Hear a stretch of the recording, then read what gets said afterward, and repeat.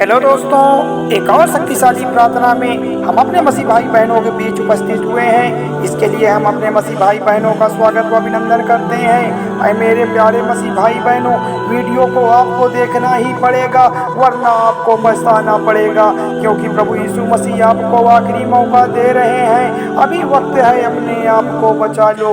अभी वक्त है, अपने आप को सुरक्षित कर लो। प्रियजनों, अगर आप गलती से भी यहाँ रह गए तो आपका बहुत बुरा हाल होने वाला है। आपका बहुत बुरा हाल होगा, जो अभी तक आपने सोचा नहीं होगा, जो अभी तक आपने देखा नहीं होगा, क्योंकि परमेश्वर का वचन कहता है, क्या कहता है, बड़े ध्यान से सुनिएगा। ऐसा भारी कलेश के दिन होंगे कि कलेशिया उठा लेने के बाद मसीह विरोधियों के दिन में, जैसे मत्ती 24:21 के वचन में लिखा है, क्योंकि वह समय ऐसा भारी कलेश होगा जैसा जगत के आरंभ में न अभी तक हुआ है, ना अब तक होगा। पर रेप्चर हो जाने के बाद मसीह विरोधियों के दिन में क्या हाल होगा? उस समय मनुष्य यहाँ पर रह जाएंगे और कुछ ना कुछ पाप करके यहाँ रह जाएंगे, तो उनको बहुत बुरा हाल होगा। उनके साथ बहुत बुरा होने वाला है। मसीह विरोधी बहुत तड़पाए जाएंगे। मसीह विरोधी के दिन में एक दूसरे का गला काटना शुरू हो जाएगा, एक दूसरे को गाड़ना शुरू कर देंगे।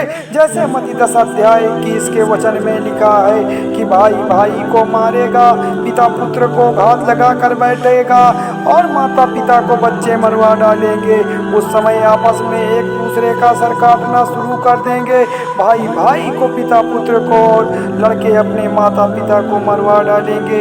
इतना हाहाकार मचा होगा, इतनी भारी कयामत आ चुकी होगी मसीह विरोधी के दिन में कि हर घर में रोना बिलखना शुरू होगा, हर घर में मातम मचा होगा, हर घर में लाशें बिछी होगी और उनको कोई मिट्टी देने वाला तक नहीं होगा। मेरे प्रियजनों, उनको कोई उठाने वाला तक नहीं होगा।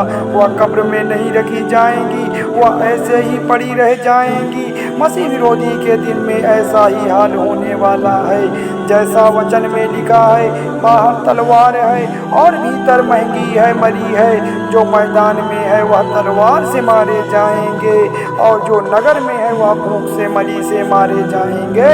और अगर उस समय या घर में बाहर सामान लेने के लिए निकलोगे तो बाहर तलवार से मारे जाओगे।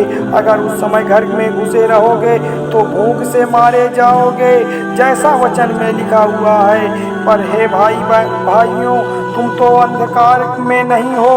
पौलुस कह रहे हैं कलीसिया से कि तुम अंधकार के लिए नहीं हो, कि वह दिन तुम छोड़कर सब आना पड़े, क्योंकि तुम सब उन्हीं की संतान हो।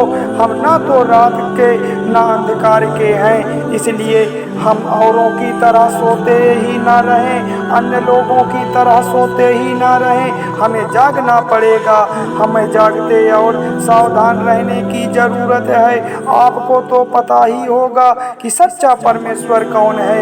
आपको तो यह बात बिल्कुल मालूम होगी कि आपका परमेश्वर कौन है। प्रियजनों, इसलिए अभी पश्चाताप कर लो, अभी अपने मन में पश्चाताप कर लो, वरना अगर यहाँ पर रह गए तो आपका बहुत बुरा हाल होगा। आपके ऊपर बड़ा अत्याचार होगा। 7 साल की महामारी कलेश काल होगा, 3.5 साल की कलेश काल के और 3.5 साल महाकलेश काल के होंगे। जब परमेश्वर दूसरी मोर खोलेगा तब इस धरती पर तलवार चलना शुरू हो जाएगी। भाई बहनों, तब इस धरती पर हाहाकार मचना शुरू हो जाएगा। जैसे प्रकाशित 3:4 में लिखा है कि जब उसने दूसरी मोर खोली, यीशु मसीह ने खोली, तो जैसे मैं यानी यूहन्ना ने दूसरे प्राणी से यह कहकर सुना, और फिर एक और घोड़ा निकला जिसका रंग लाल रंग का था। खतरा, डेंजर वाणी कौन है? पिता, पुत्र और पवित्र आत्मा। 24 राज्य लाखों के स्वरूप के ये है परमेश्वर के मंदिर, जो इस समय स्वर्ग में विराजमान है। लाल रंग का जो घोड़ा है उसको यह अधिकार दिया जाएगा कि एक पृथ्वी पर से मेल उठा ले, ताकि वह एक दूसरे का वध करे, और उसे एक बड़ी तलवार दी जाएगी जो कलेसिया उठा लेने के बाद मसीह विरोधियों के राज्य शुरू हो जाएगा। वह मसीह विरोधी शांति करके बैठाएगा, यानी झूठी दिलासा देगा। जब परमेश्वर दूसरी मोर खोलेगा तो एक दूसरे की शांति परमेश्वर एक दूसरे की शांति खुदा निकाल लेगा। तब एक दूसरे को लोग मारना गाड़ना शुरू कर देंगे, युद्ध करना शुरू कर देंगे। दूसरी मोर खुलते ही दुनिया भर में मुसीबतें टूटना शुरू हो जाएगी, दुनिया भर में हाहाकार मच जाएगा, कयामत छा चुकी होगी। मनुष्य एक दूसरे के लिए मरना मारना शुरू कर देंगे। इसलिए यीशु के साथ जरूर चले जाना, क्योंकि यीशु ने कहा था भाई भाई को पिता पुत्र को मारेगा।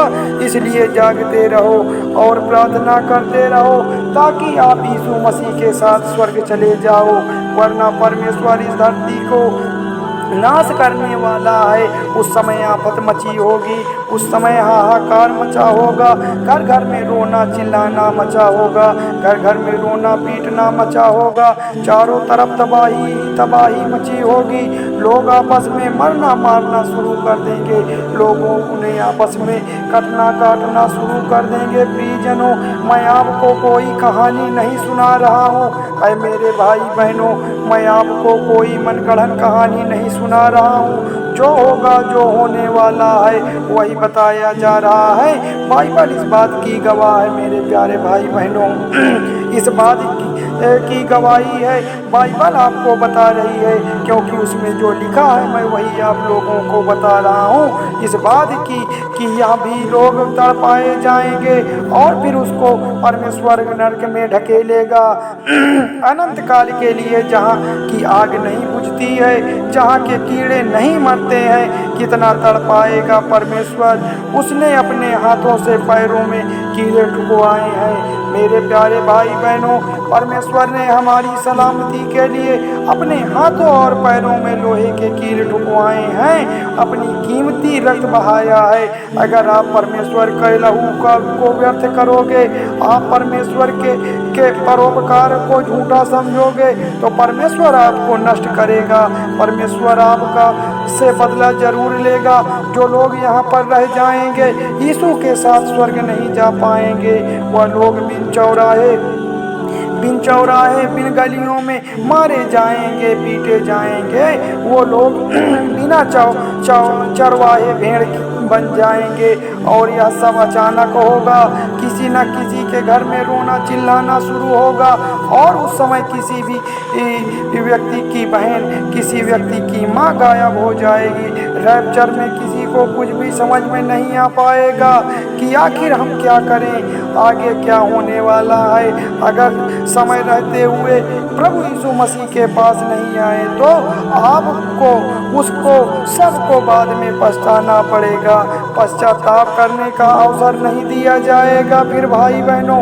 इसलिए समय रहते प्रभु यीशु मसीह से माफ़ी मांग लो, परमेश्वर आपको माफ़ कर देगा। वह तो बड़ा दयालु परमेश्वर है। हम आशा करते हैं कि यह छोटा सा संदेश आप लोगों को जरूर समझ में आएगा, आपके जीवन में बदलाव लाएगा।